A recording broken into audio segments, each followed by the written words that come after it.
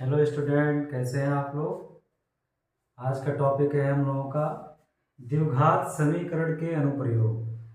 द्विघात समीकरण के अनुप्रयोग में बच्चों लैंग्वेज से संबंधित प्रश्न आते हैं और उसको आपको द्विघात समीकरण में कन्वर्ट करना पड़ता है और उससे आपका मान ज्ञात करते हैं। जैसा कि हमने द्विघात समीकरण से संबंधित इसके पहले 3 वीडियो अपने YouTube चैनल पे डाल रखा है। भाग 1, भाग 2 और भाग 3 वहाँ पे जाकर देख सकते हैं। आज का टॉपिक है द्विघात समीकरण के अनुप्रयोग, भाग 4 है। लैंग्वेज से संबंधित प्रश्न आते हैं जो कि बोर्ड परीक्षा के लिए बहुत ही इम्पोर्टेंट होते हैं। वो कैसे सॉल्व करते हैं आइए देखते हैं। हमारे सामने एक क्वेश्चन है बच्चों, दो क्रमागत संख्याओं का गुणनफल 110 हो तो संख्याएं ज्ञात कीजिए। इसके सलूशन में बच्चों सॉल्व करेंगे इसको हम लोग।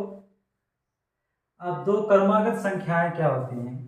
क्रमागत संख्याएं होती हैं बच्चों लगातार संख्याएं, लगातार की संख्याएं। जैसे 1 के बाद अगली संख्या क्या आएगी? 2 के बाद क्या आएगी? 3 के बाद क्या आएगा? 4। इसको बोलते हैं लगातार की संख्याएं या क्रमागत की संख्याएं।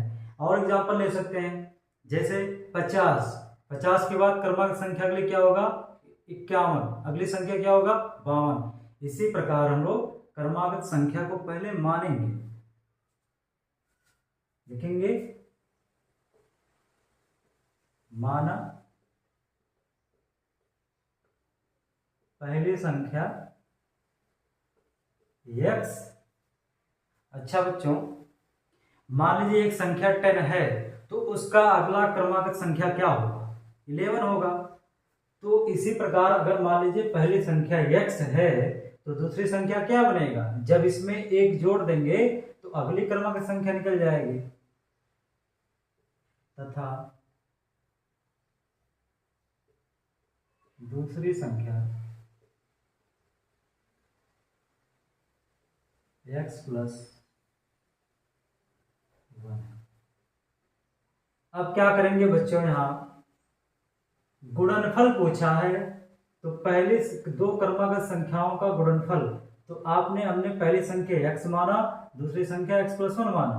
अब इसको क्या कर देते हैं? गुणा कर देंगे।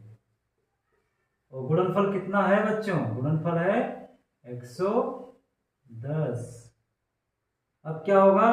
अब यहाँ x का अंदर गुणा करेंगे, x का x में करेंगे x² आएगा और x का 1 में करेंगे x आएगा बराबर 110। अब 110 को इधर ले आएंगे पक्षांतर करके, यहां पर प्लस लिखा है, जब इधर लाएंगे तो क्या हो जाएगा? -110 बराबर 0। यहां तक नोट कर लीजिए। अब देखिए क्या है, द्विघात समीकरण बना कि नहीं? द्विघात समीकरण बन गया। जब x का पावर अधिकतम 2 हो तो उस समीकरण को बोलते हैं द्विघात समीकरण। अब इसको हम लोग सॉल्व करेंगे। सॉल्व करने की 2 विधियां होती हैं द्विघात समीकरण में। एक है गुणनखंड विधि, एक दूसरा है सूत्र विधि के द्वारा सॉल्व करते हैं। अगर गुणनखंड बन जाता है तो उसको हम गुणनखंड विधि लगाएंगे, अगर नहीं बनता है तो किससे लगाते हैं बच्चों? श्रीधराचार्य फार्मूले से लगाते हैं। अब यहां देखिए, अब यहां अचर पर क्या है? माइनस है। अचर संख्या के पहले क्या है? माइनस। अब इसका गुणा करेंगे x में, कितना आएगा बच्चों? -110। जब यहां पर माइनस है तब इस बीच वाली संख्या को घटाकर 1 लाना है। अगर यहाँ प्लस होता तो यहाँ जोड़कर 1 लाते, लेकिन यहाँ क्या है? माइनस है तो घटाकर 1 लाना है।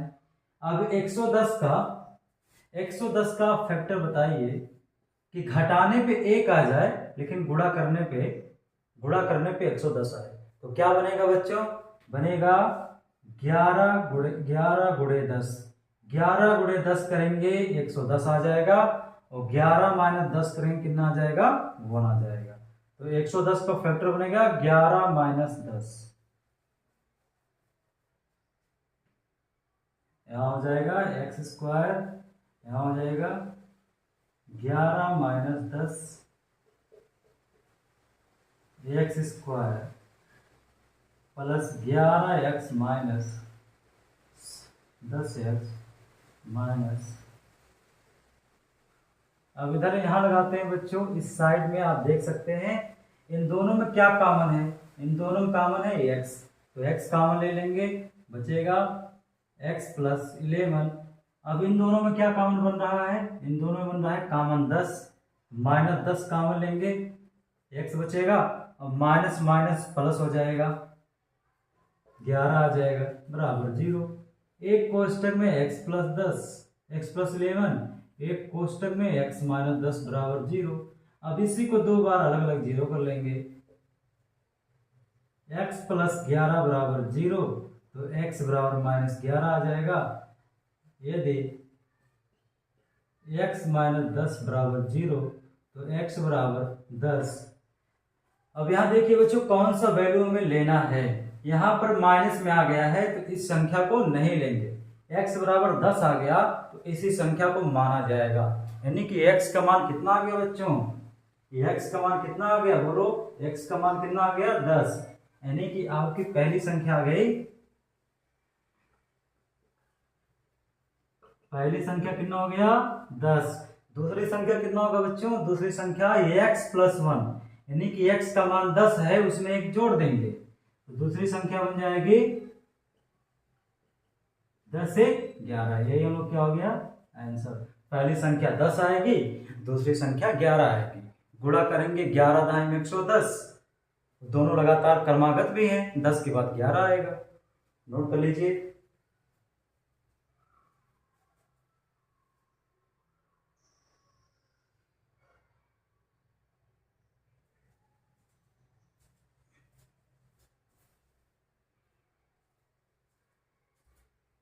अगला सवाल है बच्चों हम लोगों का,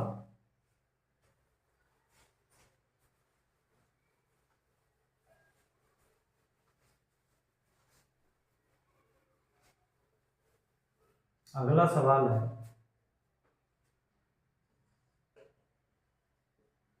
यदि दो क्रमागत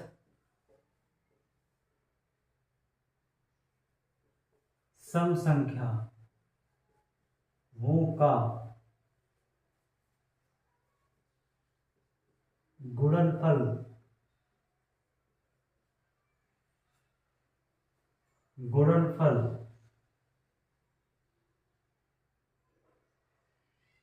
80 हो तो संख्याएं ज्ञात कीजिए।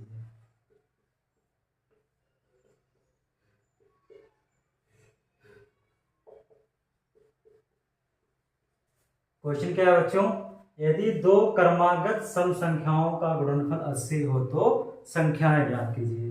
अब यहाँ देखो बच्चों, क्रमागत संख्या तो लिखना है हमें, लगातार संख्या आनी चाहिए, लेकिन कैसी आनी चाहिए, सम आनी चाहिए। जैसे 2 के बाद अगला क्रमागत सम संख्या क्या होगा, 4 होगा, तो 2 से 4 कैसे बना, जब 2 में 2 जोड़ेंगे, तो हम क्या मानेंगे बच्चों, लिखेंगे सॉल्यूशन में माना पहली सम संख्या x, दूसरी सम संख्या क्या हो जाएगा बच्चों, 2 के बाद अगली सम संख्या क्या आएगी, 4 आएगा। तो 2 से 4 कैसे बना, जब उस 2 में 2 जोड़े हैं, तो हमने पहली संख्या x माना है सम संख्या, तो दूसरा क्या हो जाएगा बच्चों, जब इसी x में 2 जोड़ देंगे,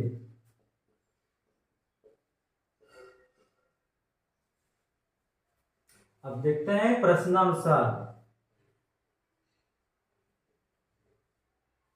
क्या दिया है बच्चों, दोनों क्रमागत सम संख्याओं का गुणनफल दिया है, तो पहली संख्या x है, दूसरी संख्या क्या है बच्चों, x प्लस 2 है, गुणा करना था, कितना दिया है 80, इसी x का अंदर गुणा कर लेंगे, x का x स्क्वायर बन जाएगा, x का 2x बराबर 80, इस 80 को ट्रांसपोज कर लाएंगे इधर, तो क्या हो जाएगा -80 बराबर 0।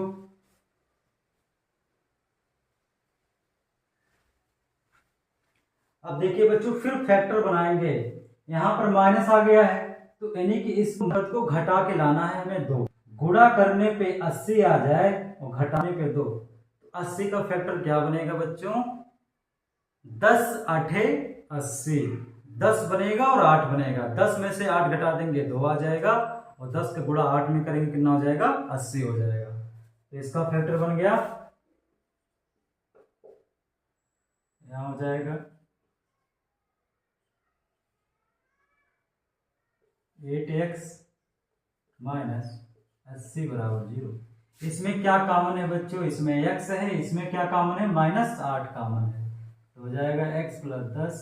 यहाँ क्या कॉमन है? -8, हो जाएगा x प्लस 10 बराबर 0। फिर यहाँ रिपीट करते हैं, यहाँ पर इसके आगे कैसे क्या होगा? अब इसमें क्या कॉमन है बच्चों? कोष्टक वाली संख्याएं कॉमन है, तो x प्लस 10। इसमें क्या कॉमन और बचेगा? x माइनस 8 बराबर 0। अब लिखेंगे यदि एक बार इसको 0 करेंगे बराबर 0, तो x बराबर क्या हो जाएगा? -10। एक बार इसको 0 करेंगे बराबर 0, तो x बराबर 8। तो पहली सम संख्या क्या आ जाएगी? दूसरी सम संख्या क्या हो जाएगी? पहला x का मान कितना आया बच्चों? x का मान कितना आया है? 8, यानी कि पहली सम संख्या कितनी हो जाएगी हमारी? 8 हो जाएगी। दूसरी कितनी हो जाएगी? यहाँ पर माइनस आया है तो इस वाले मान को नहीं लेना है, तो x बराबर 8 आया है, तो दूसरी क्या बन जाएगी? 8 में 2 जोड़ देंगे, कितना हो जाएगा? 10। नोट कर लीजिए।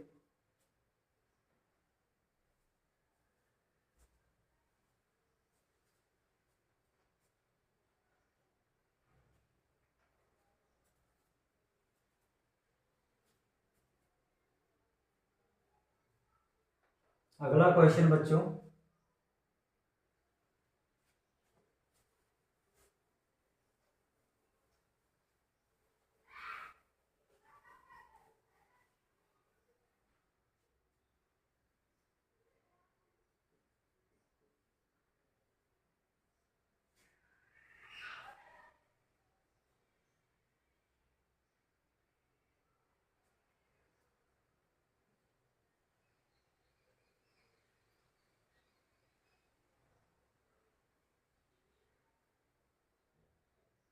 अब देखिए यहाँ बच्चों क्वेश्चन बन गया, यदि दो क्रमागत विषम संख्याओं का गुणनफल 143 हो तो संख्याएं ज्ञात कीजिए।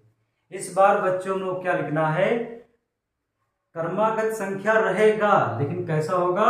विषम क्रमागत संख्याएं होंगी। जैसे एक के बाद विषम, अगला विषम नंबर किसका आएगा? 3 का आएगा। 3 के बाद क्या आएगा? 5 का आएगा। 5 के बाद किसका आएगा? 7 का आएगा। लगातार की क्रमागत संख्याएं होनी चाहिए। अगर पहली संख्या x है तो दूसरी संख्या क्या बनेगा बच्चों? 1 के बाद 3 कैसे आ रहा है? उसमें जब 1 में 2 ऐड कर रहे हैं तो 3 आ रहा है, तो इसीलिए पहली संख्या x मानेंगे, दूसरी संख्या क्या हो जाएगी? x प्लस 2 हो जाएगा। यहां लिखेंगे माना पहली विषम संख्या बराबर x, दूसरी विषम संख्या बराबर x प्लस 2। अब क्या कहा है बच्चों? गुणनफल कहा है, तो यहां हो जाएगा प्रश्नानुसार दोनों संख्याओं को गुणा कर देंगे। x इंटू एक्स प्लस 2 बराबर 143। अब इसी x का अंदर गुणा करेंगे, एक्स स्क्वायर प्लस 2x बराबर 143। इसको ट्रांसपोज करेंगे, इधर ले आएंगे। अब देखो बच्चों फिर यहां बन गया फैक्टर, यहां पर माइनस है तो गुणा करने पे 143 आ जाए और घटाने कितना आ जाए? 2 आ जाए, तो 143 का फैक्टर क्या बनेगा? 143 का फैक्टर बनेगा 13 और 11। 13 का गुणा 11 में करेंगे तो 143 हो जाएगा, और 13 में से 11 घटाएंगे तो कितना आ जाएगा, 2 हो जाएगा। यहाँ बन जाएगा x 13x माइनस 11x बराबर 0।